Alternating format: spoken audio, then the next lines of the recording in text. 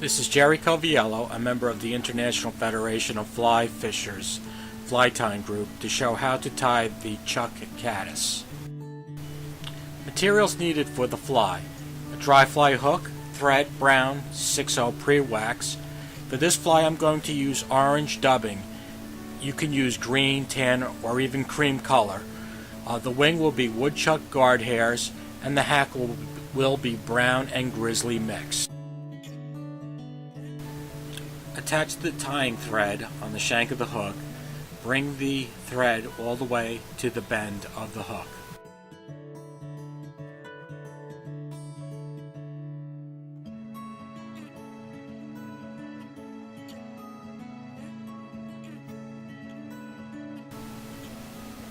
We will add dubbing fur to the thread, and we will start at the bend of the hook and go towards the eye of the hook, but we're only going to do 3/4 of the way.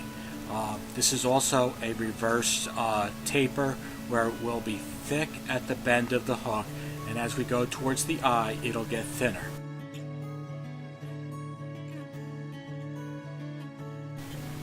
And here I am using orange dubbing.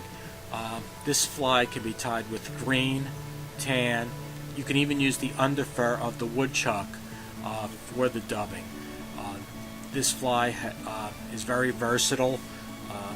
What makes this fly is when we tie the brown and the grizzly hackle, it seems to give life to the fly when it's on top of the water.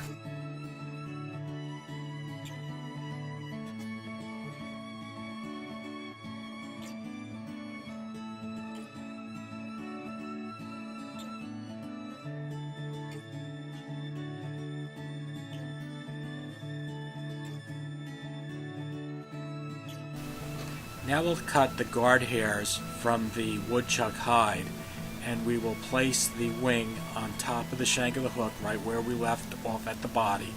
We want the tips to extend a little bit past the bend of the hook.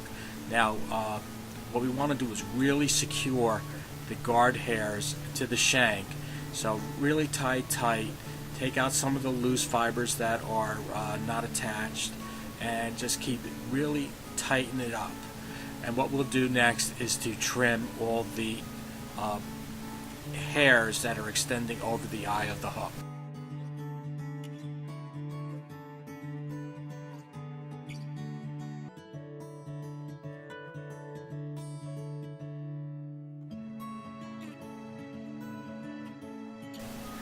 Now take one brown and one grizzly hackle. Use a hackle gauge to make sure they're the correct size for the hook. What we want is the dull sides facing each other, and what we're going to do is take one hackle at a time to tie the collar.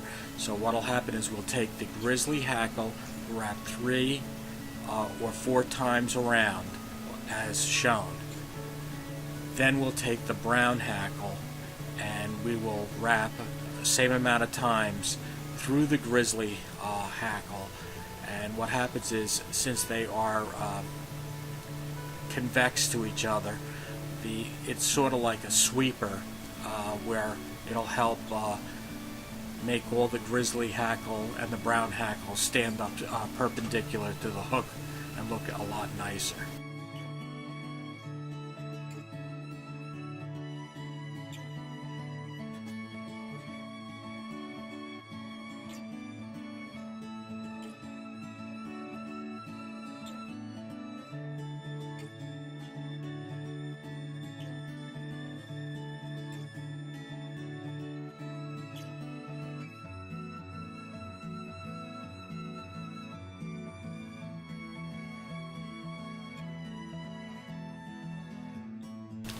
Now take your whip finishing tool and whip finish the fly.